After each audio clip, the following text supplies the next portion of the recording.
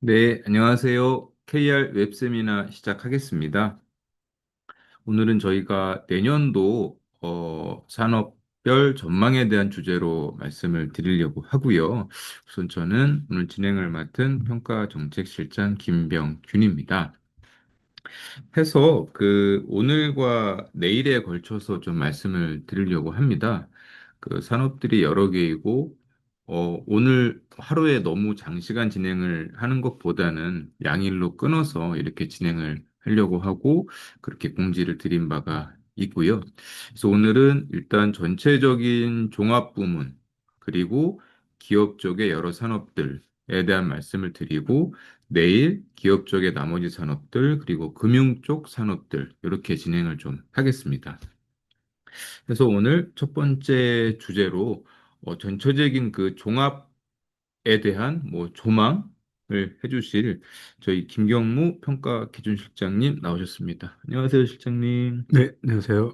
네, 네, 마치 리스크 대시보드를 진행하는 듯한 느낌이긴 하지만 오늘은 좀 속도감 있게 진행을 해야 됩니다, 네, 실장님. 네, 알겠습니다. 부탁을 네, 좀 드리겠습니다. 네. 26년 산업전망 전체 산업 종합편 발표를 맡은 평가기준실장 김경우입니다.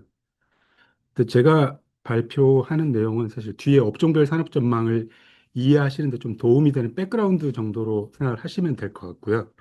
저희가 산업전망을 제시하는데 기본이 되는 매크로 가정에 대해서 설명을 좀 드리는 부분하고 아니면 업종 간 상대 비교나 시계열적 비교를 통해서 이 업종들이 어느 정도 위치해 있는지 이런 걸 좀 가늠해 보는데 도움이 되시는 그런 정도로 자료를 준비를 했습니다. 네. 일단 먼저 내년 전망 말씀드리기 앞서 지난해 올해죠. 올해 등급 변동 동향 간단하게 말씀드리면 지난해까지 계속됐던 등급 하향 우위 기조가 등급 상향 우위로 전환됐다라고 요약해서 말씀드릴 수가 있겠습니다.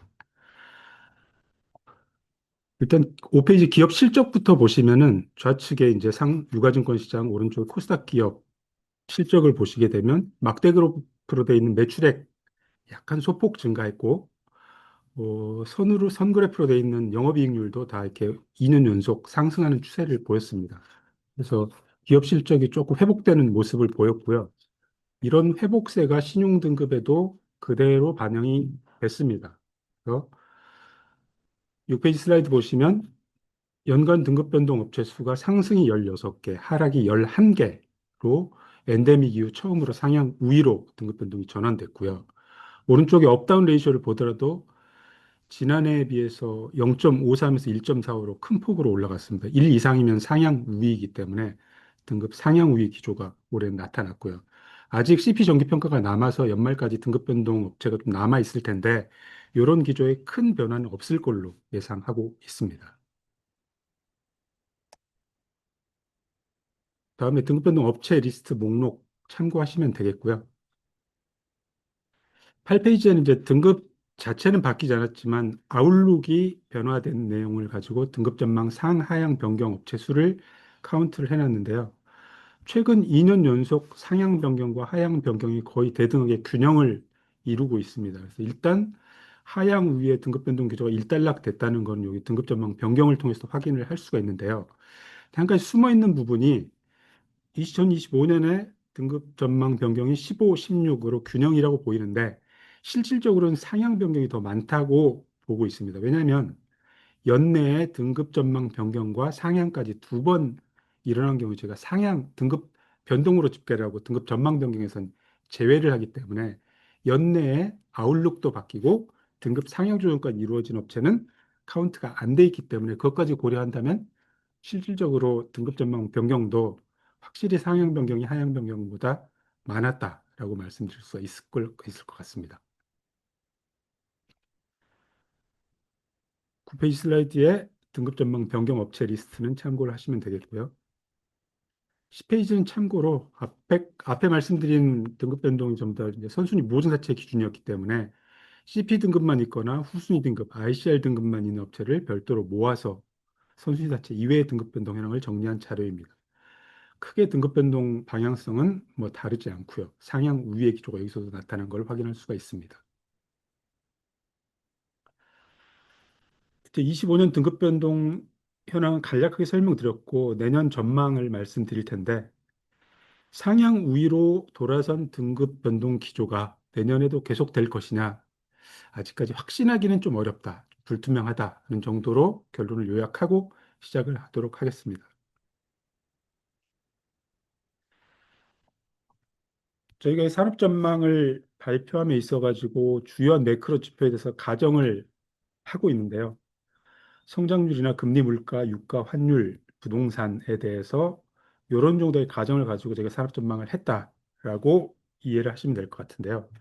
일단 전반적인 매크로 방향성은 내년에 올해 계속 이어지던 금리 하락 모멘텀이 내년에는 이어지기가 좀 어려울 것 같다라는 전제가 하나 있고 또 하나는 지금 최근 한 11월, 12월 들어서 급격하게 나타난 보완율 기조가 내년에도 계속될 것 같아서 이런 부분은 성장에 좀 부담이 될 것 같고요. 다만 최근 한 2, 3년간 계속되고 있는 유가 하향 안정세는 성장 측면에서 조금 긍정적 요인으로 작용을 할 것 같습니다. 전반적으로 종합적으로는 경제 성장률은 올해보다는 상당 수준 올라갈 것이다라고 예상을 하고 있습니다. 그래서 성장률 기준으로 한 1.9% 저희가 성장을 전망하고요. 금리는 국고채 3년물 기준으로 내년에 지금 3%를 넘어선 수준인데 하락하더라도 2.7% 정도 이 이하로 연평균 내려가기는 어렵다라고 보고 있습니다. 물가는 소비자 물가 상승률 기준 2.1%, 유가는 두바이산 현물 기준으로 연평균 60불 정도 예상하고요. 환율은 보환율 기조가 1,410원 정도로 예상을 하고 있습니다. 주택 종합 매매 지수 기준의 부동산 시장 전망은 여전히 내년에도 상승세가 계속될 거다라고 전망을 하고 있습니다. 각 매크로 요소별로 조금 더 보충해서 이런 전망의 배경을 설명을 드리도록 하겠습니다. 13페이지 경제 성장률부터 보시면요. 일단 왼편에 IMF에서 제시한 세계 경제 성장률 전망을 보시면 글로벌 시장은 올해보다는 조금 성장이 둔화되는 걸로 전반적으로 뭐 OECD도 그렇고 IMF도 그렇고 그렇게 예상을 하고 있습니다.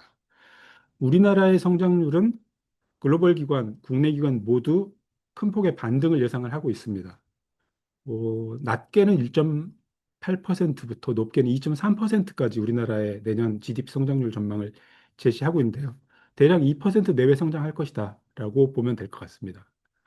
아무래도 글로벌 경기 부진에 따라 수출은 우리나라도 조금 둔화될 것 같지만 민간 소비를 중심으로 내수가 회복되는 점이 성장률을 견인할 것으로 예상을 하고 있습니다.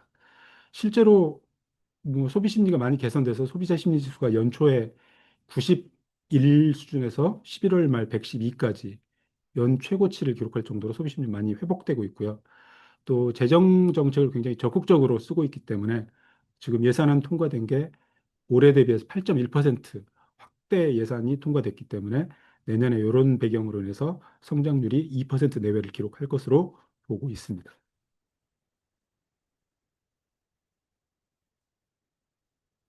다음 이제 금리 부분은 조금 이제 부정적인 요인인데 연중 계속 하락 기조로 가던 금리가 최근 4분기 들어 가파르게 상승세로 돌아섰는데요. 일단 오늘 새벽에 미국 기준금리 인하가 있었지만 내년에 한 번 정도밖에 추가 인하를 기대하기 어렵겠다라는 상황이기 때문에 기준금리 인하 요인이 많이 약화된 상태이고요. 특히 우리나라로 폭을 좁히자면 사실상 인하 사이클이 끝나지 않았느냐라는 시각이 굉장히 많이 나오고 있고요. 일단 가계부채 문제, 부동산 시장에 대한 우려, 그리고 최근에 고환율 기조 이런 걸 감안하면 사실 통화정책 방향성을 바꿔야 되지 않냐, 긴축으로 뭐 이런 얘기가 많이 나오고 있어서 아무래도 금리 인하 모멘텀은 거의 약해진 게 기정사실인 것 같고요. 올해 강세를 보였던 채권 시장 강세도 내년에는 이렇게 강세가 지속되기는 좀 어려울 것이다라는 시각이 많은 것 같습니다. 그래서 물론 이제 규제 측면에서 IMA 인가 아니면 뭐 정부의 생산적 금융정책 전환 이런 거를 통해서 크레딧물 시장에 뭐 채권 수요는 조금 늘어날 수 있겠으나 전반적인 채권 시장 강세에는 약간 불확실한 면이 있다라고 보고 있습니다. 금리 자체도 올해와 같은 저금리 기조는 조금 퇴조하고 약간 금리가 올라가는 모양새를 보일 것으로 예상을 하고 있습니다. 15페이지 소비자 물가 상승률은 과거에 23년 이때와 같은 높은 물가 상승에 따른 기저 효과가 사라졌기 때문에 내년에는 고환율 기조나 금리 인하 모멘텀 약화 이런 게 반영되면서 올해보다는 조금 더 높은 물가 수준을 예상을 하고 있습니다. 물가 안정 목표인 2%에서 크게 벗어나지는 않을 것으로 봅니다. 유가의 경우에 60불 정도로 연평균 유가가 안정될 것으로 예상을 하는데요. 아무래도 세계적인 경제 성장률 둔화에 따라서 수요는 성장이 크게 이루어지지 않는 반면에 공급 측면에서는 트럼프의 일단 뭐 에너지 가격 낮게 유도하는 정책이 계속되고 전반적으로 증산 효과가 많이 반영될 것이기 때문에 유가는 연평균 60불 정도로 안정이 될 것 같습니다.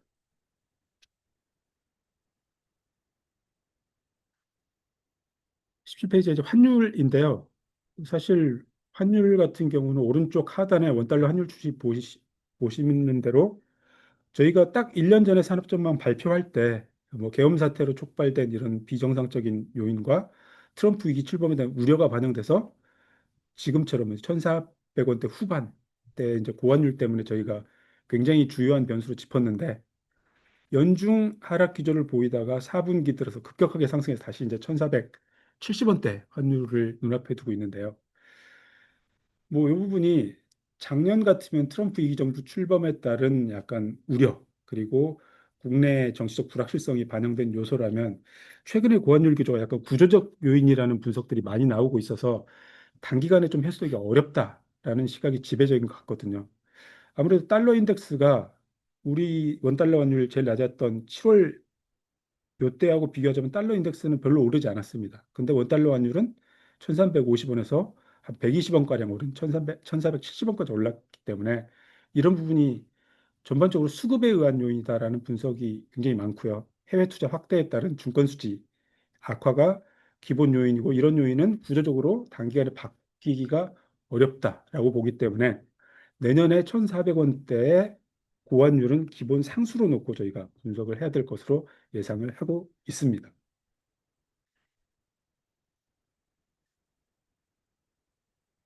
부동산 시장 예상하는 지표로서 주택가격 매매 지수는 여전히 내년에도 상승세를 계속 지속할 걸로 예상을 합니다. 오른쪽에 미분양 주택은 여전히 7만 호 정도로 굉장히 높고 특히나 악성 미분양인 중공업 미분양은 3만 호에 육박해서 굉장히 최고치를 기록할 정도로 안 좋지만 수도권과 지방의 차별화에 의해서 수도권을 중심으로 굉장히 가격 상승세가 계속되고 있고 최근 수년간의 건설 경기가 굉장히 안 좋아서 공급이 굉장히 부족한 게 누적돼 있기 때문에 이런 요인이 내년에 반영이 된다면 내년에 역시 가격 상승 압력으로 작용할 것으로 봅니다. 그래서 내년에도 부동산 가격 상승세가 이어지는 것이 불가피하다라고 보고 있습니다. 그리고 6가지 정도 매크로 지표를 쭉 저희 전망의 기본 과정으로 제시를 했는데요. 일단 저희가 내년 전망을 함에 있어 가지고 가장 위험하게 보는 리스크 팩터는 어떤 요인이 우리가 크레딧 시장에 가장 중요한 변수로 작용할 것인지를 꼽아봤는데요. 제가 3가지 정도를 꼽았습니다. 또 고환율 기조와 금리 인하 기대 약화, 그리고 통상 환경 불확실성 지속, 그리고 마지막에 정책 변화에 따른 기업 경영 환경 변화 이렇게 3개를 꼽았는데요.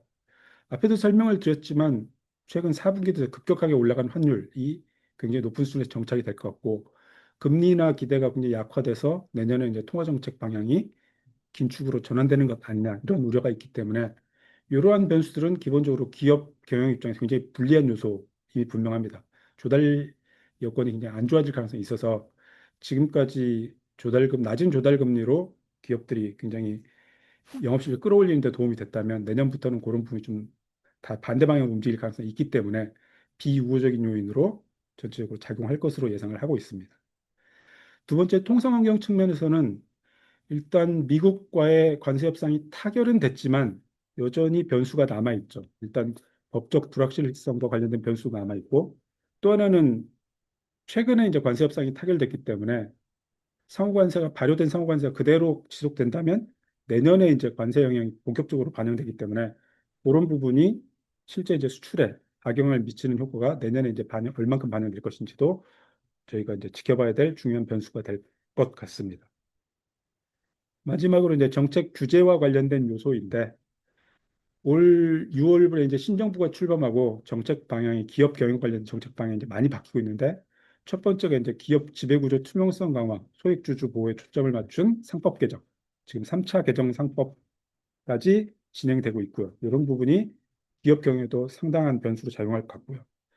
또 하나는 부동산 시장에 쏠린 돈을 자본시장, 나아가서 이제 첨단 산업으로 돈을 공급하기 위한 생산적 금융 정책 전환 기조, 이 부분도 이제 중요한 변수로 작용할 것 같습니다. 또 하나 ESG 경영이 굉장히 이제 빠르게 재부각되고 있는데 특히 중대재해 발생 기업에 대한 제재를 강화한다든지 이런 부분도 굉장히 이제 기업 경영에 많은 변화를 가져올 것으로 예상이 됩니다. 그래서 이런 신정부의 정책 전환에 대응한 기업들의 대응 전략도 전반적으로 중요한 변수로 작용할 것이다라고 예상을 하고 있습니다. 이런 백그라운드 하에 저희가 총 27개 업종에 대한 사업 환경 실적 방향 등급 전망에 대한 전망을 이렇게 제시를 했습니다. 약간 안 좋은 방향은 빨간색, 좀 좋은 방향은 파란색으로 표시를 했고요. 비슷한 방향성을 보이고 있습니다. 다음 페이지의 이 부분을 좀 요약해서 등급 전망에 초점을 맞춰 설명을 드리면 등급 방향성 기준으로 부정적 업종은 좀 줄어들고 긍정적 업종은 좀 늘어났습니다. 저희가 27개 중에서 부정적으로 제시한 업종은 건설, 석유화학, 2차 전지, 호텔 면세, 부동산 신탁 이렇게 5개고요. 긍정적 업종은 조선, 방산, 반도체, 통신 서비스 이렇게 4개로 제시를 합니다. 긍정적 업종이 그간에 거의 1개 또는 없거나 이랬는데 그나마 4개로 제시가 됐기 때문에 최근 5년 내 가장 많기 때문에 비교적 기업들의 실적이나 경영 방향성은 긍정적인 측면이 좀 강하게 나올 것 같다라는 전망입니다. 다음 페이지에서 시계열로 보시게 되면요. 최근 3년 트렌드를 정리를 했는데요. 맨 왼쪽에 사업 환경부터 보시면 우호적인 업종이 뭐 많지는 않고 2개밖에 안 되지만 아래쪽에 비우호적 업종 수는 확연하게 지난해와 달라진 모습을 볼 수 있는데 14개에서 9개로 줄었습니다. 전체적으로 사업 환경이 개선되고 있다라고 볼 수가 있겠고요. 가운데 실적 방향은 좀 더 드라마틱한 변화를 볼 수가 있는데요. 개선이 예상되는 업종이 8개, 저하가 예상되는 업종은 2개로 많이 줄었습니다. 아무래도 올해 저성장에 따른 기저효과도 반영이 되겠지만 전반적인 방향성이 이 기업 사업 환경도 우호적인 쪽으로 비우호적이 줄어들고 있기 때문에 실적도 개선 중심으로 변화하고 있습니다. 맨 오른쪽 등급 전망 같은 경우 앞서 말씀드린 대로 긍정적 전망 업종 4개, 부정적 전망 업종 5개로 대체적으로 균형을 이룰 것으로 전망을 하고 있습니다.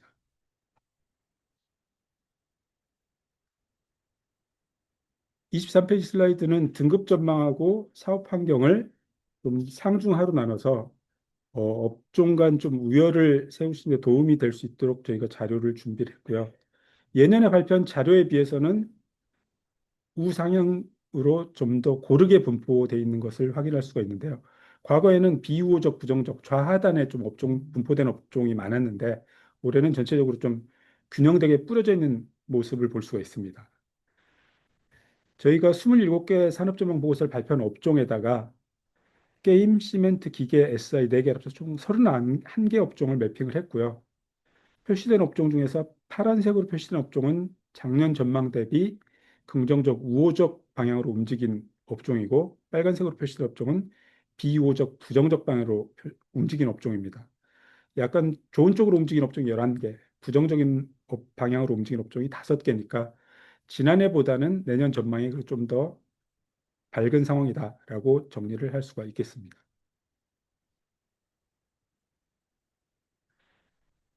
신용등급에 부여되어 있는 아웃룩을 기준으로 내년의 신용등급 방향성을 한번 전망을 해보게 되면요. 왼쪽 하단의 그림에서 보시는 바와 같이 긍정적 전망이 부여된 업체가 20개 업체, 부정적 전망이 부여된 업체가 26개.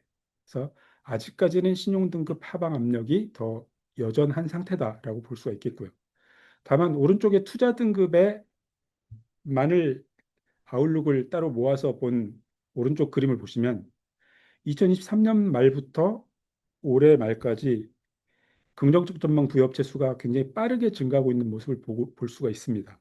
그래서 기존과 같은 이제 극단적 하향 후의 변동 기준은 일단 일단락됐다라고 말씀드릴 수가 있을 것 같고요.